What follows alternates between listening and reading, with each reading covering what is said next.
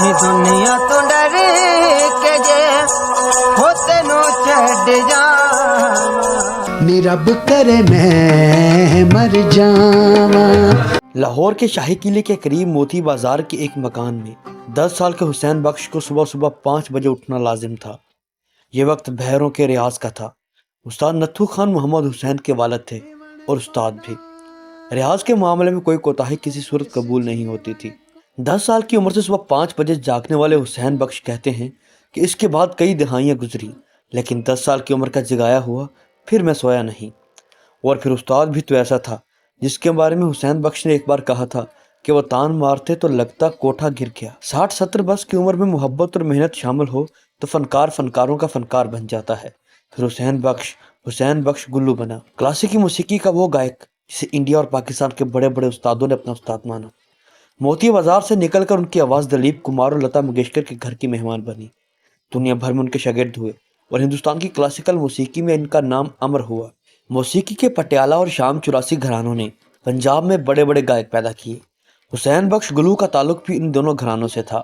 ایک طرف استاد بڑے غلام علی کی میراث، دوسری طرف چاند خان اور سورج خان کی لڑی۔ ایک خیال گائکی کے لیے معروف اور دوسرا درپد کے لیے مشہور، دونوں کا امتزاج۔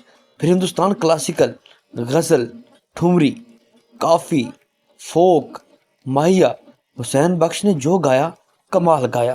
حسین بخش گلو کی گائکی جتنی بلند تھی، لہجہ اتنا ہی دھیما، مزاج اس سے بھی مدھم۔ ان کے ایک رفیق فہیم مظہر نے یاد کرتے ہوئے بتاتے ہیں کہ انہیں ان کے ساتھ پی ٹی وی میں کام کرنے اور بیرون ملک سفر کا موقع ملا۔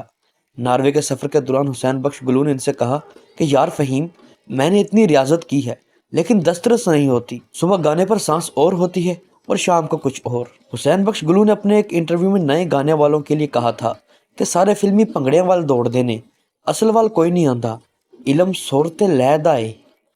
سن 2008 میں کوک اسٹوڈیو کے پہلے سیزن کے لیے انہیں سٹرنگز بینڈ کے ساتھ گوایا گیا۔ تب حسین بخش نے اس تجربے کو بخوشی قبول کیا اور ہارمونیم، تانپورہ اور طبلے کی دنیا سے نکل کر پاپ، راک اور ویسٹرنز بندوبست میں گھل گئے۔ اس خطے نے موسیقی کے بڑے نام پیدا کیے ہیں، لیکن حسین بخش گلو نے ساز کو سوز سے جیسے مدغم کیا کوئی اور نہیں کر سکا۔ خود حسین بخش گلو کا کہنا تھا کہ یہ درد ماں کا ہے، والدہ کی وفات کا درد انہوں نے اپنی گائکی میں جیا اور یہ سوز اس کی دین ہے۔ شہنشاہ غزل مہدی حسن خان نے ایک دفعہ کہا تھا کہ جب وہ اداس ہوتے ہیں تو حسین بخش گلو کو سنتے ہیں۔ گائک پنجاب دھرتی سے اٹھے اور ماہیا اور دھوڑا نہ گائے، یہ ممکن نہیں۔ استاد حسین بخش گلو نے بھی ماہیا گایا اور عوامی نوعیت کی صنف گائکی کو بھی اسی کلاسیکل اوبت سے نبھایا جس طرح خیال اور ٹھمری کو۔ جوانی کے دنوں میں ممبئی کے ایک سفر میں حسین بخش گلو محفلوں میں گاتے رہے۔ لتا منگیشکر نے ان کی شہرت سنی تو رابطہ کیا اور کہا کہ ہمیں کب تک سنا رہے ہیں۔ لتا منگیشکر کی فرمائش پر فلم ساز یش چوپڑا کے گھر میں تقریب منعقد کی گئی اور استاد کو بلایا گیا۔ حسین بخش گلو اس واقعے کا ذکر کرتے ہوئے ایک انٹرویو میں کہا کہ لتا نے آدھے گھنٹے کا وقت طے کیا تھا، لیکن انہوں نے گانا شروع کیا تو 9 گھنٹے تک موجود رہیں اور ان کا گانا سنتی رہیں۔ اس محفل میں دلیپ کمار، سائرہ بانو، میوزک ڈائریکٹر خیام سمیت بہت بڑے بڑے نام موجود تھے۔ اسی طرح بالی ووڈ گلوکار سونو نگم کا استاد گلو کے متعلق کہنا تھا کہ وہ ان کو بہت مانتے ہیں، جب بھی انہیں کچھ اچھا سننا ہوتا ہے تو وہ ان کو سنتے ہیں۔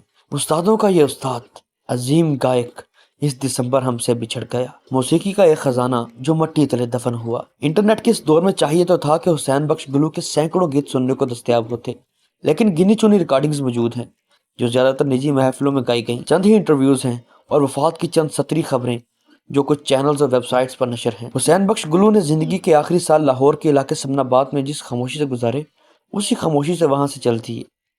اپنے حصے کا چراغ البتہ جلا گئے۔ ان کے 2 بیٹے چاند خان اور سورج خان والد سے کلاسیکل سیکھنے کے بعد فیوژن بھی کر رہے ہیں، جبکہ کئی شاگرد بھی ان کا فیض لے کر آگے بڑھ رہے ہیں۔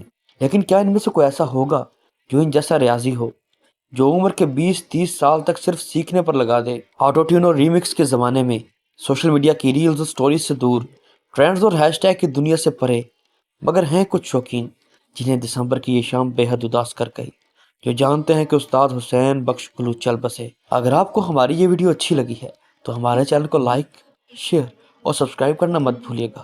آپ سے ملاقات ہوگی انشاءاللہ اگلے پروگرام میں، تب تک کے لیے اللہ نگہبان۔